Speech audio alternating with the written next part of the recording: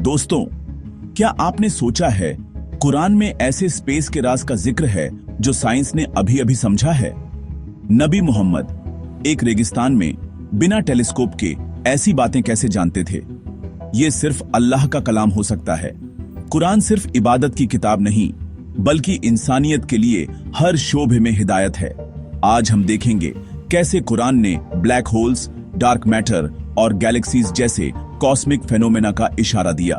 इस्लाम और साइंस में कोई टकराव नहीं, सच्ची साइंस हमेशा कुरान की तरफ ही इशारा करती है।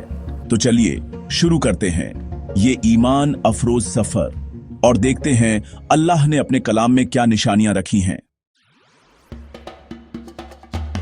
सबसे पहले बात करते हैं ब्लैक होल्स की। 20वीं सदी में साइंटिस्ट्स ने ब्लैक होल्स थियराइज किए, लेकिन कुरान में सूरह अल वाक़ियह में मवाक़िइन नुजूम, सितारों के गिरने की जगह का जिक्र है। साइंस कहती है जब एक मैसिव स्टार अपनी जिंदगी के आखिरी मरहले में पहुंचता है तो वो कोलैप्स होकर ब्लैक होल बन जाता है। ब्लैक होल की ग्रेविटी इतनी ज्यादा होती है कि रोशनी भी नहीं निकल सकती। अल्लाह ने इस जगह की कसम खाई है। ये एक बड़ी निशानी है। नासा अब ब्लैक होल्स की तस्वीर ले रहा है, लेकिन कुरान ने पहले ही इस राज का जिक्र किया।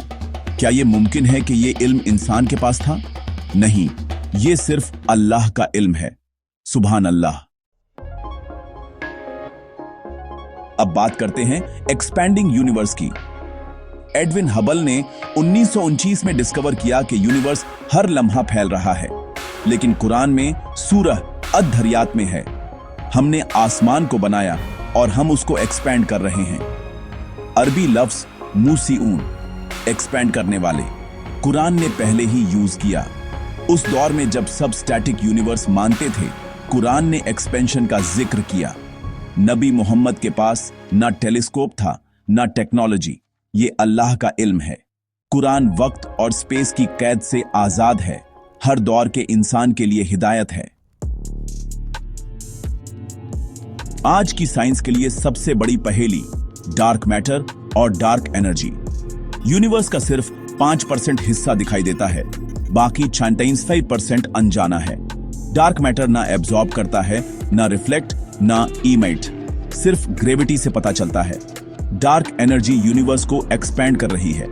कुरान सूरह यासीन में कहता है अल्लाह ने हर चीज के जोड़े बनाए, और उन चीजों में से भी जिन्हें तुम नहीं जानते। व मिम्मा ला यालमून, जिन्हें तुम नहीं जानते। ये आज के डार्क मैटर और डार्क एनर्जी पर फिट बैठता है। 1400 साल पहले इंसान का इल्म महदूद था, लेकिन कुरान ने अनजानी चीजों का जिक्र किया। साइंस अब तस्लीम करती है कि ज्यादा हिस्सा मिम्मा ला या अलमून है। इंसान का इल्म अल्लाह के इल्म के सामने कुछ भी नहीं। सोलर सिस्टम और प्लैनेट्स की मूवमेंट। पहले लोग सोचते थे जमीन सेंटर है, फिर पता चला सब अपने ऑर्बिट में हैं। हर सेलेस्टियल बॉडी अपने ऑर्बिट में परफेक्ट हार्मोनी में घूम रही है। कुरान सूरह अल अंबिया में सूरज और चांद सब अपने अपने फलक में तैर रहे हैं। यसबहून, तैरना, जैसे प्लैनेट्स स्पेस में अपने रास्ते पर तैर रहे हैं।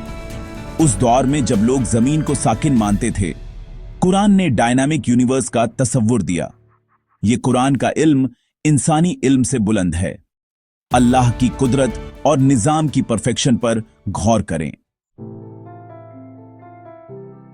सोचिए, जब कोई टेलीस्कोप या नासा नहीं था, कुरान ने वो बातें कहीं जो साइंस अब जानती है।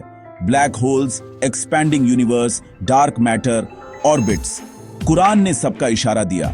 ये सबूत है कि कुरान अल्लाह की किताब है, हर दौर के लिए हिदायत है। जैसे जैसे साइंस तरक्की करेगी, कुरान की सच्चाई और वाज़ेह होगी। हमारा काम है कुरान को समझना और उस पर अमल करना। अल्लाह हम सबको कुरान की हिदायत पर चलने की तौफीक दे। आमीन।